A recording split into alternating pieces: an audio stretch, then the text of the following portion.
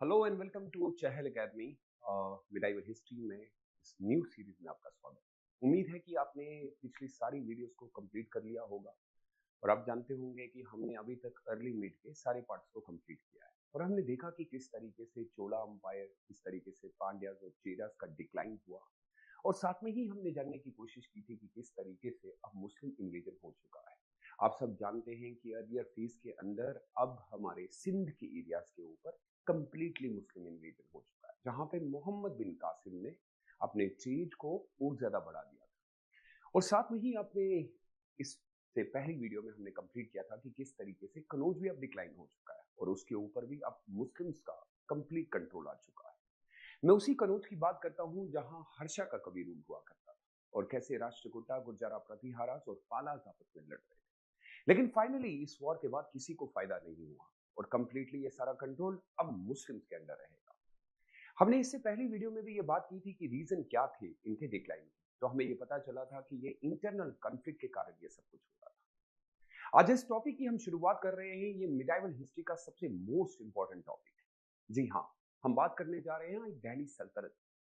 लेकिन जब हम इस दिल्ली सल्तनत को बुक्स के अंदर देखते हैं, पर्टिकुलरली एनसीईआरटी और सतीश चंद्रा में, तो हमें पता चलता है कि यूपीएससी सबसे ज्यादा आपको एडमिनिस्ट्रेशन से सवाल ज्यादा पूछता है। तो इसलिए मैं कोशिश करूंगा कि इस पूरे टॉपिक को हम सतीश चंद्रा और एनसीईआरटी से कंप्लीट करें, लेकिन ज्यादातर कोशिश करिएगा कि यहाँ पे टर्म बेस्ड सवाल बहुत ज्यादा पूछे जाए रेदर देन कि आप स्टोरीज के अंदर चले जाए। लेकिन मैं एक ओवरव्यू आपको बता दूंगा कि आखिर कैसे दिल्ली सल्तनत में कौन सी डायनेस्टी पहले आई और आखिरकार किस तरीके की एडमिनिस्ट्रेशन थी और क्यों दिल्ली सल्तनत इतना ज्यादा एक्सपैंड कर गई। और रीजन भी हम जानने की कोशिश करेंगे कि आखिर इसी दिल्ली सल्तनत का डिक्लाइन भी विद इन दिल्ली सल्तनत होगी। आखिर कौन से वो रूलर थे जो कंट्रोल नहीं कर पाए और कैसे फिर कंप्लीटली इस दिल्ली सल्तनत को एंड होना पड़ा और फिर मुगल इन्वेजन हुआ।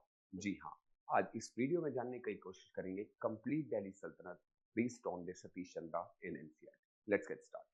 सबसे पहले बात करते हैं कि जब दिल्ली सल्तनत की बात की जाती है तो आपको याद होगा कि यह सारा कंट्रोल जो है उस समय आपके लाहौर से चलता था। जी हाँ, कुतुबुद्दीन ऐबक बहुत बड़ा नाम और ये कहा जाता है कि स्लेव में सबसे बड़ा स्लेव अगर कोई था तो वो कुतुबुद्दीन ऐबक था।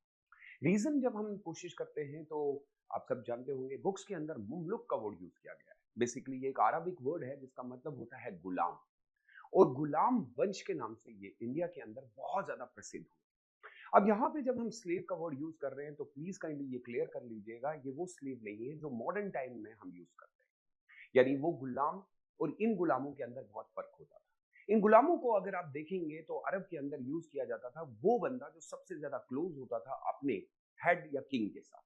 और हम सब जानते हैं कि गोरी गजनी की वजह से जो ऑलरेडी हालात खराब हुए थे, अब ये कोशिश की जा रही थी कि कुतुबुद्दीन ऐबक ने ये क्लियर कर लिया था कि अब वो दिल्ली सल्तनत के ऊपर रूल करना चाहते हैं।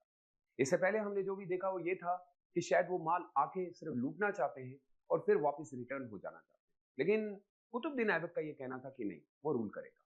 और साथ में प्रॉब्लम ये थी कि कुतुबुद्दीन ऐबक के साथ और जो सारे गवर्नर जनरल उस समय थे वो उनसे लड़ रहे थे। इसलिए कुतुबुद्दीन ऐबक को ज्यादा समय दिल्ली में बिताने का मौका नहीं मिला और वो लाहौर से ही सारा कंट्रोल करते रहे। लेकिन हम ये मानते हैं कि वो फाउंडर थे, उन्होंने दिल्ली सल्तनत की नींव रखी और मस्जिद वगैरह भी कंस्ट्रक्ट करना शुरू कर दिया। लेकिन कुछ हिसाब किताब के अगर से देखें तो लगता है कि वो लिटिल बिट टॉलरेंट थे टुवर्ड्स अदर रिलीजन। अब इसके अंदर अगर हम देखेंगे तो दिल्ली सल्तनत की शुरुआत टाइम पीरियड आपको याद रखने की जरूरत है, जो कि बड़ा सिंपल सा है। ज्यादा इसमें आपको कोशिश ये करनी है कि आप टाइम पीरियड याद रखें। और इससे पहले भी जो यूपीएससी ने क्वेश्चंस पूछे हैं वो याद सीक्वेंस के ऊपर पूछा जाता है। और इसके अंदर अगर आप देखेंगे तो हमें इंडिया के अंदर पॉलिटिकली, सोशली और कल्चरल डेवलपमेंट ज्यादा देखने को। अब यो पीछे देखेंगे तो आपको पता चलेगा कि यूपीएससी भी हमसे आर्ट एंड कल्चर के क्वेश्चन ज्यादा पूछता है। और रीजन ये है कि किस पर्टिकुलर साइट पे कौन सी चीज बनाई गई, आर्ट के सिस्टम के अंदर के बारे में आप क्या जानते हैं, जाली सिस्टम के बारे में आप क्या जानते हैं, मीनारों के बारे में आप क्या जानते हैं, किन पत्थरों का इस्तेमाल किया गया। कोशिश आपकी होनी चाहिए कि आप इसकी पॉलिटिकल हिस्ट्री से ज्यादा सोशल और कल्चरल डेवलपमेंट के बारे में बात करें। अब हम जब आगे बढ़ते हैं तो हमें पता चलता है कि जब अर्ली इन्वेजन हुआ पर्टिकुलरली मुसलमानों का, तो दिल्ली सल्तनत के लिए एक बहुत बड़ा मौका बन गया कि वो भारत के ऊपर कंप्लीटली लूट करे।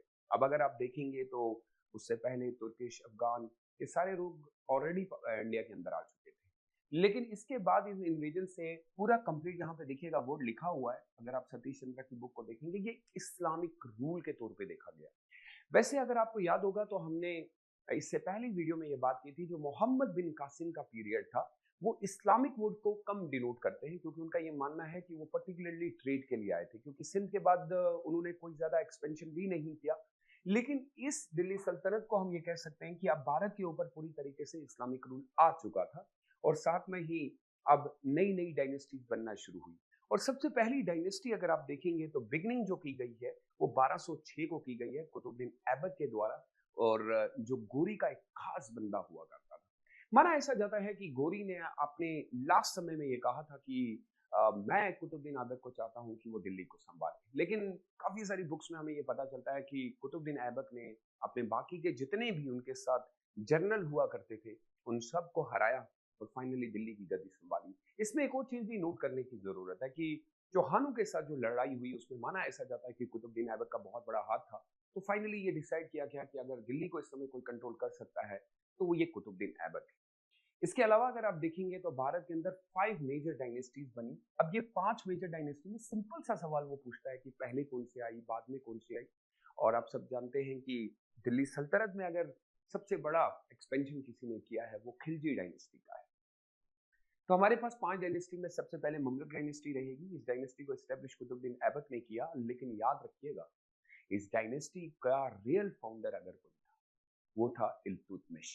जी हाँ, सन इन लॉ कुतुबुद्दीन ऐबक का।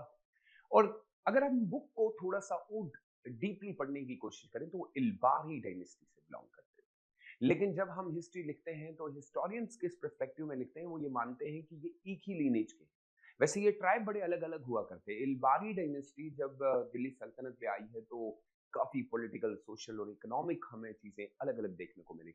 कुतुबुद्दीन ऐबक के बेटे इस काबिल नहीं थे कि वो कंट्रोल कर पाते। फाइनली इल्तुतमिश को लगता है कि वो शायद बेटर, अच्छे, क्योंकि उससे पहले भी कुतुबुद्दीन ऐबक के अंडर ही वो गवर्नर भी रह चुके, तो उनको जानकारी थी। इसके फाइनली उन्होंने डिसाइड किया कि दिल्ली सल्तनत की गद्दी पे वो ही रूल करेंगे। और उन्होंने पूरी तरीके से दिल्ली सल्तनत का सोशल पॉलिटिकल कैरेक्टर भी बदल दिया। और हाँ, याद रखिएगा इनके एडमिनिस्ट्रेशन के अंदर इन्होंने डिसाइड किया कि कोई ऐसे मुझे खास बंदे चाहिए जो पूरी तरीके से इस दिल्ली सल्तनत को चलाए। और इसको सतीश चंद्रा की बुक में और एनसीईआरटी में अगर पढ़ेंगे तो चहलगानी सिस्टम कहा जाता है। यानी 40 ऐसे नॉवेल्स जो बहुत ज्यादा इंटेलेक्चुअल होंगे और जो करीबी कुतुबुद्दीन ऐबक के जो खास बंदे हुआ करते थे उनको लिया गया। और इल्तुतमिश ने इन 40 के 40 लोगों से अब राय पूछना शुरू कर दी। ये नॉवेल्स है, ये याद रखिएगा। इन चहलगानी का सिस्टम मतलब ये बन गया अब कि अब नॉवेल्स के थ्रू ही पूरा कोर्ट सजाया जाएगा। अब इल्तुतमिश को अगर कोई भी डिसीजन लेना है तो वो पहले एक बार इनसे पूछ ले। लेकिन प्रॉब्लम कहां पे है, ये नॉवेल्स कुछ समय के बाद पावरफुल होना शुरू हुए। ऐसा लगेगा कि अब ये इल्तुतमिश को चैलेंज कर रहे हैं। यही वजह है कि इसी चहलगानी से एक बच्चा पैदा हुआ जिसका नाम था बालबन, और बाद में इसी बालबन की वजह से दिल्ली सल्तनत को डिक्लाइन का सामना भी करना पड़ा। और यही सारी चीजें इल्तुतमिश ने चेंज की। और उसके बाद एक और चीज आपको याद रखनी पड़ेगी, यहाँ पे मुस्लिम, इंडियन मुस्लिम्स और जब हम तुर्किश मुस्लिम की बात करते हैं, ये दो अलग पार्ट है। क्योंकि उस समय ये माना जाता था कि भारत के जो मुसलमान हैं वो इस काबिल नहीं है कि वो कोर्ट के अंदर ये सारी चीजों को डिस्कस कर पाए। फाइनली ये डिसाइड किया गया कि इल्तुतमिश के अंडर वही लोग इस चहलगानी के अंदर आएंगे जो उनके साथ आए हैं, जो एबल रूलर है। तो मुस्लिम्स, इंडियन मुस्लिम्स को ये सारी चीजें नहीं दी जाती थी। लेकिन समय बीतने के बाद अगर आप देखेंगे तो खिलजी डायनेस्टी का समय आता है। आपको याद होगा इल्तुतमिश के समय में रजिया सुल्तान का टाइम पीरियड हमें देखना मिला। रजिया सुल्तान को ऐसा लगता था कि कुतुबुद्दीन ऐबक के बाद और खासकर उनके पिताजी के बाद ये नॉवल बहुत खतरनाक हो सकते हैं। इसलिए उन्होंने डिसाइड किया कि ऐसा जरूरी नहीं है कि हम लोग अपने पर्टिकुलर नॉवेल्स को रखें। उन्होंने कोशिश की यहाँ के लोकल लोगों को भी नॉवेल्स की गद्दी देने की कोशिश की। लेकिन ये चीजें उनके नॉवेल्स को पसंद नहीं आई और जिसके चलते हुए उनके लिए एक प्लॉट सजाया गया जहां रजिया सुल्तान को अपनी जान खुआनी पड़ी। और हाँ, याद रखिएगा अल्तुनिया का एक किस्सा आपको याद होगा। उसके बाद उनके भाई लोगों ने भी रूल किया, लेकिन याद करिएगा कि इनके भाइयों को सिर्फ पपेट नवाब बनाया गया और उसके बाद उनसे गद्दी छीन ली गई और बाद में बालबन ने रूल किया। और बालबन ने जिस तरीके का रूल किया है बुक्स के अंदर काफी मेंशन है। बालबन जाना जाता है अपनी ब्लड एंड आयरन पॉलिसी के लिए। बालबन का एक बड़ा क्लियर मेंशन रूल हुआ करता था कि उनके कोर्ट के अंदर कोई भी नहीं हंसेगा, और क्लियरली मेंशन किया गया था कि जब भी कोई बंदा हमारे कोर्ट में आएगा वो पेबॉस यानी कि एक सजदा करेगा, और ये कंप्लीटली हुआ करता था कि वो इस तरीके से उनके फीट को चूमेगा जिससे ये क्लियर हो कि वो राजा के लिए एक रिस्पेक्ट रखता है। उस समय के उलमा उलमा वर्ड जो टर्म यूज किया गया इसका मतलब होता है जिनके पास हाईएस्ट नॉलेज हो, लिटरेचर हो, कुरान हो, और उसके बाद जो इस्लामिक हदीस हो उनके पास नॉलेज हो। उनको कह दिया गया कि बालबन ने ये क्लियरली कहा था कि आप पॉलिटिकल सिस्टम में पार्टिसिपेट नहीं करेंगे। याद रखिएगा कि दिल्ली सल्तनत की गद्दी को सबसे ज्यादा स्ट्रांग बनाने में उलमाओं का बहुत बड़ा हाथ है, लेकिन उलमाओं के द्वारा एक फतवा निकाला गया जिसमें ये क्लियरली कर दिया गया कि अब बालबन मुसलमान नहीं रहा है, क्योंकि वो इस तरीके के रूल ला रहा है जो इस्लामिक रूल्स के खिलाफ। फाइनली बालबन का भी एंड हुआ और भारत के अंदर एक नई डायनेस्टी बनी जिसको कहा जाता है खिलजी डायनेस्टी। या वैसे तो देखा जाए तो इसको एक खिलजी रेवोल्यूशन भी कहा जाता है, क्योंकि इस समय बहुत ज्यादा एक्सपेंशन हुआ। ये पीरियड भारत के इतिहास के लिए दो पार्ट्स लेके आया। कुछ लोगों का ये मानना है कि इसका फर्स्ट पार्ट अगर आप देखेंगे तो पहली बार ऐसा हुआ कि भारत के हिंदू लोगों को उनके कोर्ट में जाने की इजाजत भी मिली। लेकिन आप सब जानते हैं कि इसी पीरियड में हमें काफी सारी ऐसी चीजें भी देखने को मिली जो हिंदू मेथोडोलॉजी के खिलाफ भी थी, यानी टेम्पल्स, उनके फेस्टिवल्स को कंट्रोल किया गया। तो अब ये दो पार्ट जो हमें देखने को मिलते हैं, इसका रीजन क्या है? तो हमें पता चलता है कि जब जलालुद्दीन खिलजी रूल कर रहे थे, क्लियरली मेंशन है आपके सतीश चंद्र और एनसीईआरटी के अंदर कि ये बहुत ही टॉलरेंट था। इन्होंने क्लियरली कहा था कि मैं बालबन जैसा रूल नहीं करना चाहता। इनका ये मानना था भारत के अंदर अगर हिंदू हैं तो मेजॉरिटी रूल के हिसाब से हमें हिंदुओं की तरह रूल करना चाहिए। लेकिन ये बात इनके एक बंदे को पसंद नहीं, जी हाँ, इनके नेफ्यू को, वो सन इन लॉ भी था, और उसने फाइनली ये डिसाइड किया था कि मैं अपने तरीके से रूल करना चाहता हूं, और वो बालबन की पॉलिसी को अपनाना चाहता था। इसलिए दिल्ली सल्तनत के अंदर एक्सपेंशन ही एक्सपेंशन हो गया। कमाल की बात तो ये है कि भारत का जो साउथ का एरिया है ना वो भी कंट्रोल कर लिया गया, और ऐसा लगा कि शायद अब बहुत मुश्किल होगा वापस रिकवर करना। उस समय हालात बहुत खराब हो रहे थे। अगर अलाउद्दीन खिलजी की बात की जाए तो ये मार्केट रिफॉर्म करता है। इकोनॉमिक्स का माना जाए तो उसकी मार्केट रिफॉर्म पॉलिसी भारत की सबसे बेस्ट पॉलिसी। इस समय ये मार्केट पॉलिसी के रूल से हिसाब से सब कुछ कंट्रोल कर रहा था, इसीलिए इसकी आर्मी बहुत ज्यादा स्ट्रांग बनी। भारत के अंदर जो भी माल लाया जाएगा उसकी रेट फिक्स करने के लिए भी इन्हीं से पूछा जाएगा। किसी भी बंदे को इजाजत नहीं होगी कि वो रेट को फ्लक्चुएट करे। दिन को डिसाइड किया जाता था, कोई भी रेडी वाला, दुकान वाला बिना लाइसेंस के दुकान नहीं चला सकता। और हाँ, एक और चीज जो कि बहुत ज्यादा स्ट्रांग रखेगी, अगर इंटरनेशनल मार्केट से कोई माल लाया जाता है वो भी यही डिसाइड करेगा कि किस रेट पे बिकेगा। बाजारों को भी काम दिया गया, वो बाहर से माल लेके आएंगे। इससे हिस्टोरियंस ये मानते हैं कि वो इसलिए ये कर रहा था क्योंकि उसको मार्केट जब कंट्रोल हो जाएगा तो पैसा ज्यादा आएगा, जिसके चलते हुए आर्मी बहुत ज्यादा बना सकता है। अपार्ट फ्रॉम दैट, अगर आपको याद होगा तो स्लेव की भी मार्केट रखी गई, कौन से गुलाम किस रेट में बिकेंगे, घोड़े, ये सारी चीजों को वो खुद ही कंट्रोल करता था। उसके अलावा उसने बहुत ज्यादा गवर्नर्स भी रखे थे जिनको वो डे टू डे टाइम में अलग अलग एरियाज में भेजता था और अटैक करवाता था। इनके समय में राजपूतों से काफी सारी लड़ाई की और जीत भी हासिल, लेकिन समय आ गया कि जब बहुत ज्यादा आप किसी चीज के ऊपर पीछे पड़ जाते हैं तो डेफिनेटली आपको अपना ही कोई बंदा होता है जो एंड करवाता है। इसलिए खिलजी डायनेस्टी भी अब ज्यादा दिन नहीं चल पाएगी। कुछ इंटरनल कंफ्लिक्ट के कारण ये डायनेस्टी भी कुछ ही समय के बाद एंड हो गई, लेकिन भारत के अंदर काफी सारा एरिया कैप्चर हो चुका था। अब एक ऐसे रूलर की जरूरत थी जो इसको कंसोलिडेट करता, लेकिन ऐसा नहीं हुआ। इसके बाद आपकी भारत के आने वाली जो डायनेस्टी थी वो है तुगलक डायनेस्टी। कंप्लीट सी बात एक ऐसी है कि तुगलक डायनेस्टी जिस समय में आई, भारत के ऊपर काफी सारा रूल किया जा रहा था, लेकिन गयाजुद्दीन तुगलक जो कि फ्यूडेटरी यानी कि काम करता था खिलजी डायनेस्टी के पास, सब कुछ लूज कर दिया। इसके बाद आता है पीरियड मोहम्मद बिन तुगलक का। मोहम्मद बिन तुगलक दिल्ली सल्तनत का सबसे पढ़ा लिखा बंदा, सबसे ज्यादा नॉलेजेबल, लेकिन ऐसे ही कुछ एक्सपेरिमेंट चलते हुए उसको ये सारी सल्तनत खोनी पड़ी। जी हाँ, उनका रोज ये हुआ करता था कि वो एक नया एक्सपेरिमेंट करते थे। आप जानते होंगे कि उन्होंने अपनी कैपिटल को शिफ्ट किया, दौलताबाद लेके गए, फिर बाद में उनको लगा कि नहीं, ऐसा मैंने क्यों किया। फिर उसके बाद इनके टोकन करेंसी के ऊपर एक नया सा कंसेप्ट आया कि मुझे करेंसी चेंज करनी पड़े। बाद में वो एक्सपेरिमेंट भी चेंज कर दिया। ये आर्मी बनाते थे कि मुझे अटैक करना है, फिर छोड़ देते थे। इसके चलते हुए भारत को बहुत ज्यादा लॉस हुआ, जो सबसे बड़ा लॉस था। लेकिन ऐसा कहा जाता है कि मोहम्मद बिन तुगलक के टाइम पे एग्रीकल्चर बहुत ज्यादा अच्छा हुआ। अगर आप बुक पढ़ेंगे तो कहा जाता है कि इसने बहुत ज्यादा पैसा एग्रीकल्चर पे लगाया और तकविया लोन दिया। ये लोन ऐसा दिया जाता था कि आप काम करेंगे, जो कृषि निकाली जाएगी उसके ऊपर ब्याज लगेगा। लेकिन लोगों ने पैसा तो लिया, जिस तरीके से किसान क्रेडिट कार्ड दिया जाता है, लेकिन बाद में वो लोन चुकाया ही नहीं। इसके चलते हुए मोहम्मद बिन तुगलक बहुत बुरे हालात में आ गया। और अब भारत के अंदर से एक जगह पे, अगर आपको याद होगा तो विजयनगर अंपायर, हरिहरा और बुक्का को भेजा गया, जहां पे उनको ये कहा गया कि आप नीचे वाले साउथ एरियाज को कंट्रोल करिए, क्योंकि उस समय खिराज खालिसा लैंड लगाई जाती थी, टैक्स बहुत ज्यादा लिए जा रहे थे।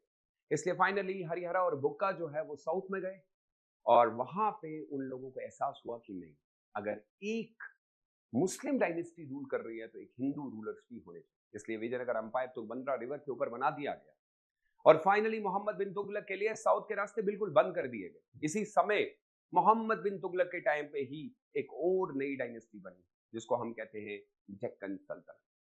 ये प्योरली शिया कम्युनिटी बेस्ड थी, जिसके चलते हुए शियाओं के बीच में और सुन्नियों के बीच में लड़ाई हुई।